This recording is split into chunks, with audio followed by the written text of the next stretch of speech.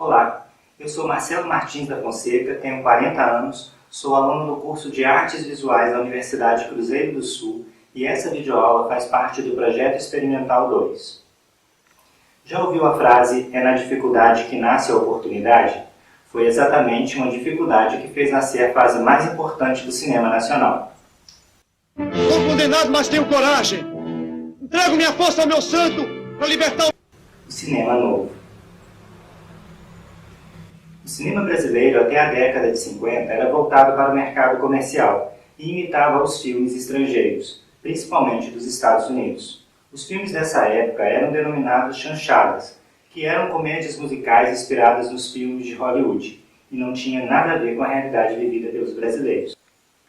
Ainda na década de 50, houve a falência das companhias cinematográficas brasileiras, forçando os profissionais do cinema a dar um novo rumo no cinema nacional. Lembra da frase citada no início da videoaula? Pois é, sem investimentos, artistas, autores, diretores e intelectuais tiveram que inovar, criar, reinventar um cinema menos custoso. Era preciso se preocupar com o orçamento e, ao mesmo tempo, criar filmes com as características nacionais. Em 1952, acontece no Brasil o primeiro Congresso Nacional do Cinema Brasileiro. Esse congresso foi ricamente importante ao reunir os profissionais do cinema, criando debates e trocas de experiências, fazendo nascer a ideia inovadora de criar filmes com as características nacionais. A princípio, temas como a fome e a seca do Nordeste norteavam as primeiras criações.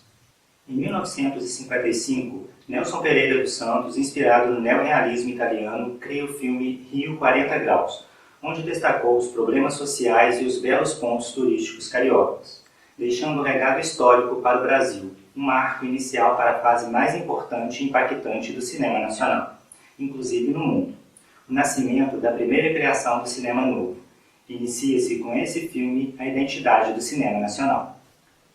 No final da década de 50, os jovens cineastas iniciaram uma série de protestos contra o que eles consideravam a prostituição do cinema nacional, pois, segundo eles, os filmes eram voltados para o lado comercial, sem se preocupar com a essência cultural do país, sua importância na construção de um país justo, que se preocupa com os dilemas da população, deixando de cumprir o papel da arte na conscientização do povo brasileiro, nas mudanças de ordem social, política e de pensamento.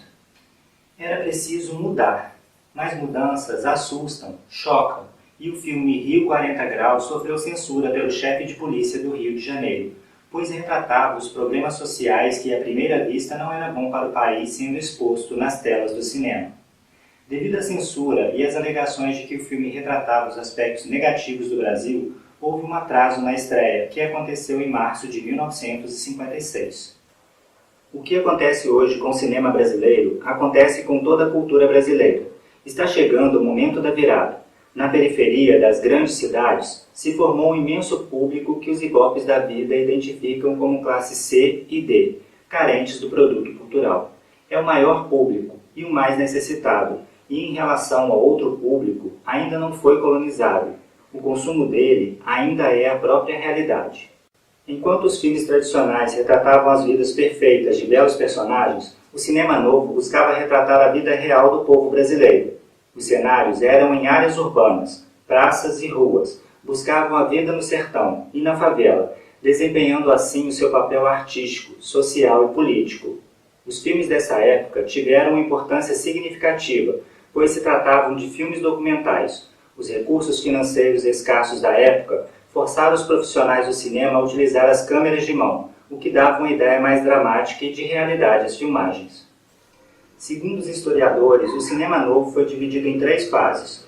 A primeira fase, de 1960 a 1964, a segunda fase, de 1964 a 1968, e a terceira fase, de 1968 a 1972. A primeira fase retratava os anseios principais do cinema novo, sendo marcante, pois havia liberdade de criação. Foi a fase que sofreu menos censura. Os filmes dessa época narravam as histórias reais e os problemas vividos principalmente pelos nordestinos. A fome, a exploração econômica, o fanatismo religioso e a violência eram temas frequentes.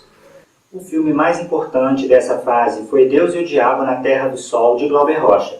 Esse filme, após ser assistido por militares, foi censurado e ordenado que suas cópias fossem destruídas. Em contrapartida, no exterior, o filme fazia muito sucesso. Pressionados por essa situação, os militares autorizaram a reprodução do filme para os maiores de 18 anos. A segunda fase do cinema novo foi marcada pelo golpe militar que tirou do poder o então presidente João Goulart, dando início à ditadura militar de 1964. Essa fase marca o início do sofrimento do cinema novo, com severas censuras, perseguições e proibições. O cinema novo perdeu muito da sua essência e foi impossível defender a democracia. Nesse período, cineastas que não se preocupavam com a real identidade do cinema novo tentaram torná-lo um produto rentável, visando o lado comercial. Um dos filmes produzidos na época foi Garota de Ipanema, de 1968, com personagens de classes sociais mais confortáveis que da primeira fase. A censura fez com que as ideias revolucionárias e geniais dos jovens cineastas da época fossem lentamente sufocadas pela censura do governo. A terceira fase do cinema novo foi marcada pela tentativa do governo militar de sufocar os ideais dos profissionais do cinema. Os filmes já não retratavam mais a verdadeira face do Brasil, o que não muda em nada dos filmes como dos Estados Unidos, pois seus filmes pouco mostram das reais favelas e sofrimento do povo americano. Era exatamente isso que os jovens cineastas tanto criticavam dos filmes do exterior. Era surreal, perfeito e belo. Essa fase também foi chamada de tropicalismo.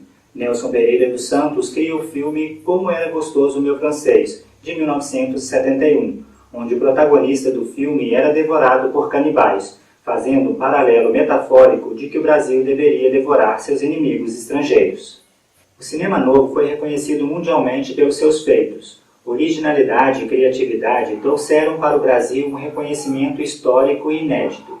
O cinema brasileiro ganha sua identidade, mas nem isso fez com que o atual governo parasse de censurar as suas produções cinematográficas. A ditadura militar teve forte impacto no cinema novo e fez com que as originais criações do cinema fossem reformuladas. Nessa época, as produções do cinema foram brutalmente desconfiguradas, perdendo a sua característica mais marcante, que era mostrar as lutas, as realidades e os sofrimentos do povo brasileiro.